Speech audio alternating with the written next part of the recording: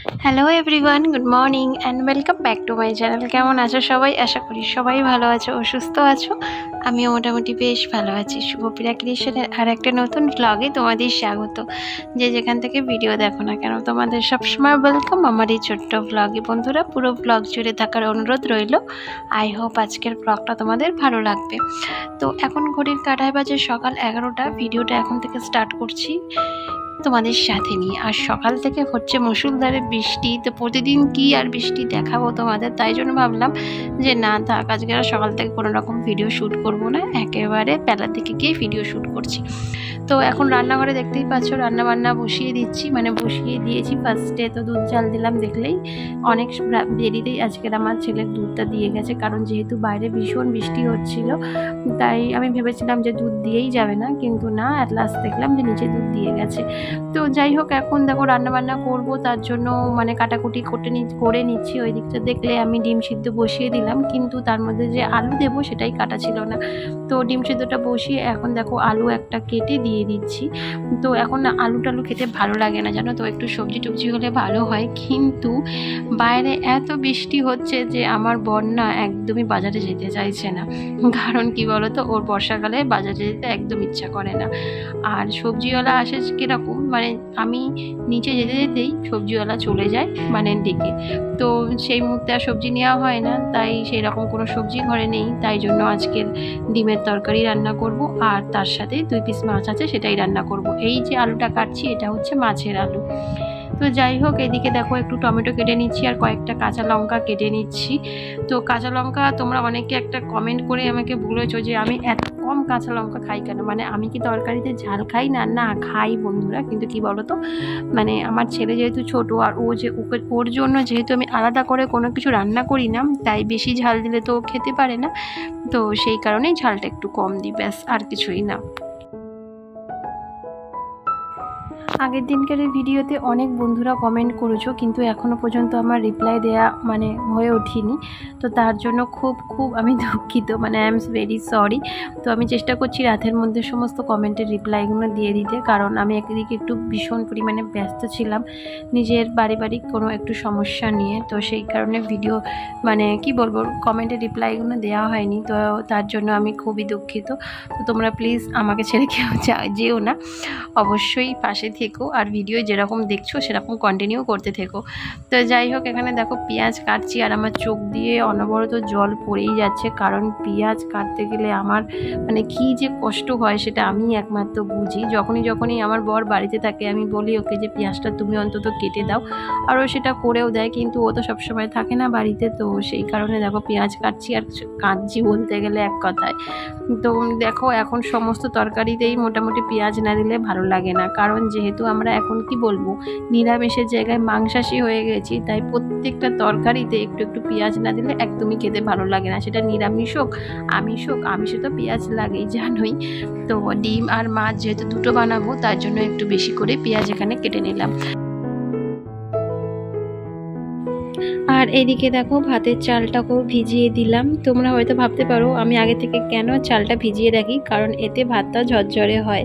তো সেই কারণে প্রথম আমিও রান্নাবান্না এত জানতাম না, আর অত ইন্টেলিজেন্টও ছিলাম না রান্নার ব্যাপারে, কিন্তু আস্তে আস্তে ধীরে সুস্থে মানে জানতে সবার থেকে শিখে গেছি বলতে পারো। আর এই যে দেখো 2 পিস মাছ রয়েছে, এটাকে এখন নুন হলুদ মাখিয়ে নিলাম, কারণ এই দুটোকেও রান্না করতে হবে, ফ্রিজে ছিল। তো যেহেতু আমি ডিম অতটা পছন্দ করি না, তাই জন্য আমার জন্য বিশেষ করে এই মাছটা করা, মানে আমার জন্য আর আমার ছেলের জন্য বলতে পারো। কারণ আমার ডিমটা এতটাও ভালো লাগে না খেতে, মানে অমলেট বা ভুজিয়া হলে তাও ভালো লাগে, কিন্তু সিদ্ধ ডিম এভাবে রান্না করে মানে খেতে আমার একদমই মানে অপছন্দের বলতে পারো। তো যাই হোক, এখানে আমার মাছ ভাজাও হয়ে গেছে, এবার এটাকে তুলে নেব, এবার তরকারিটাও বসিয়ে দেব। আর বাইরে পড়ছে অঝরে বৃষ্টি, আজকে কাপড় জামা কিছুই কাচা হয়নি, কারণ বৃষ্টির জন্য মানে সমস্ত কিছু আমার আজকের আটকে গেছে। আমার কিছু বাইরে কাজও ছিল, সেটাও আজকের আমি করতে পারিনি। তো জানি না এরকম বৃষ্টি কতদিন চলবে, প্রায় মনে হয় এবছর টানা বৃষ্টি হয়েই যাচ্ছে। জানি না এত বৃষ্টি কোথা থেকে আসছে, মনে হচ্ছে যেন আকাশটা ফুটোই হয়ে গেছে। চলো কাজ করতে করতে আমি কিছু কমেন্টের রিপ্লাইও তোমাদের দিয়ে দিই, না হলে তোমরা আবার রাগ করবে আমার উপর। তো যেমন লিমা হোম ব্লগ থেকে একটা বন্ধু কমেন্ট করেছো, দিদিভাই কেমন আছো, আর তোমার ভিডিও দেখতে খুব ভালো লাগে। তো থ্যাংক ইউ সো মাচ। আমি ভালো আছি, তুমি কেমন আছো সেটা অবশ্যই কমেন্ট করে জানিও। আর একটা কমেন্টের উত্তর না দিলেই নয়, যেমন স্বপ্না দেবনাথ, দিদিভাই তুমি মানে কমেন্টে জানিয়েছো যে কেমন আছো আর তোমার ব্লগ খুব ভালো লাগে। থ্যাংক ইউ সো মাচ, আমারও তোমাকে খুব ভালো লাগে, তুমি যে আমার ভিডিও দেখো তার জন্য তোমাকে অসংখ্য অসংখ্য ধন্যবাদ। আমি চেষ্টা করব তোমাদের সকলকে সাপোর্ট করার, আমাকে একটু সময় দাও। আর অনেকেই না ভিডিওতে এসে বলো যে দিদিভাই তোমাকে সাবস্ক্রাইব করলাম, তুমি একটু ফলো ব্যাক দিয়ে দিও। তো আমি তো নিশ্চয়ই তোমার ফলো ব্যাক দিয়ে দেবো, কিন্তু তো এতে কি তোমার ভিউজ বাড়বে? এটাতে কিন্তু একদমই ভেবো না যে তোমাকে সাবস্ক্রাইব করলেই যে তোমার ভিউজটা বেড়ে যাবে বা তোমার একটা সাবস্ক্রাইবার বেড়ে যাবে। হ্যাঁ, তোমার সাবস্ক্রাইব তো বাড়বে কিন্তু তোমার ভিউজ কিন্তু বাড়বে না। তো তোমরা হয়তো বলতে পারো তোমার ভিউজ কোথায়, তোমার তো ভিউজ নেই। হ্যাঁ, আমার ভিউজ নেই কারণ আমার কন্টেন্টগুলো ঠিকঠাক নয়, মানে আমি ঠিকঠাকভাবে ভিডিও কাজের জন্য শ্যুট করতে পারছি না, সেই কারণে আমার ভিউজটা কম আসছে। কম মানে অনেকটাই কম বলতে গেলে। কিন্তু তোমরা এই ভুলটা করো না, তোমাদের হাতে যদি অনেক সময় থাকে তাহলে প্লিজ ভিডিওর দিকে জোর দাও। সাবস্ক্রাইবার কাউকে বলে বলে করতে লাগে না, সাবস্ক্রাইবার অটোমেটিক্যালি তোমার চলে আসবে শুধু ভিউজ আসলেই। তো যাই হোক, অনেকগুলো কথা বলে ফেললাম কারণ আমি একটু অভিজ্ঞতার মধ্যে মানে এই ইউটিউব বলো সোশ্যাল মিডিয়াটা বলো একটু অভিজ্ঞতা আমার চলে এসছে এটা কাজ করতে করতে। কারণ আমি ইউটিউবটা সেভাবে সময় দিতে পারি না, আমার আদার সাইটগুলোতে আমাকে সময় দিতে হয়। যেমন আর মানে ফেসবুক রয়েছে, ইনস্টাগ্রামটা বাদে দিলাম, ইনস্টাগ্রামে আমি সেভাবে এখন রিলস আপলোড করি না, কিন্তু চ্যানেল আমার মনিটাইজ। আর মজ যে আইডি রয়েছে, মজেতেও আমাকে ভিডিও আপলোড করতে হয় যথারীতি। তো সেই কারণে আমি ইউটিউবটার দিকে এতটা জোর দিতে পারছি না। দেখো তোমাদের সাথে গল্প করতে করতে আমার কত কাজ হয়ে গেল, তাই না? এখন চলে এসেছি স্নান টান সেরে ঠাকুরকে পুজো দিতে, দেখতে পেলেই ফুল তুলে নিলাম। গাছে সেরকম ফুল নেই, খালি গিয়ে দেখলাম নীলকণ্ঠ ফুলেই ভরে গেছে, যেহেতু বৃষ্টির জল পেয়েছে তো সেই কারণে নীলকণ্ঠ ফুলটাই বেশি হচ্ছে, আর সেরকম গাছে ফুল হয়নি। আর এই যে দেখো এখন গোপুসোনাকে স্নান করিয়ে দিচ্ছি, অনেকটা আজকের বেলা হয়ে গেছে গোপুসোনাকে ঘুম থেকে তুলতে, প্রায় এখন ওই 1টার মতো বাজে। এতটা দেরি করাটা একদমই উচিত নয়, মানে একদমই বাজে জিনিস এত দেরি করে ঠাকুরকে পুজো দেওয়া। কিন্তু কি করব বলো, বাইরে না ভীষণ পরিমাণে বৃষ্টি হচ্ছিল, আর আমার ঠাকুর ঘরটা যেহেতু ছাদের ওপর, আর কোনো রকম মানে বাইরে যে ঠাকুরের বাসন মাজা, ঠাকুরের যে কাজ করা সেই যেরকম সেটও নেই, যে তাই জন্যই আমাকে ভিজতে হতো বলেই আমি দেরি করে এসেছি ঠাকুরকে পুজো দিতে। আর এই যে দেখো এখন গোপুসোনাকে স্নান টান করিয়ে একেবারে ড্রেস পরিয়ে দিলাম, এবার ওকে একটু সাজুগুজু করিয়ে পুজো দিয়ে নেব।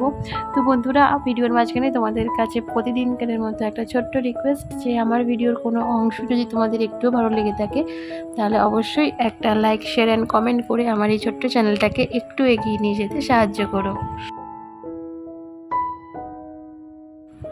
তোমরা একটা জিনিস খেয়াল করেছো, আমার এই ছোট্ট গোপুসোনাটা জামার থেকে কিন্তু অনেকটাই ছোট, মানে যে ড্রেসটা পরে রয়েছে তার থেকেও অনেকটাই ছোট। আসলে কি বলতো, এটা তো নিজের কেনা না, আমাকে একজন গিফট করেছে, তো তারই ছিল এই গোপাল ঠাকুরটা।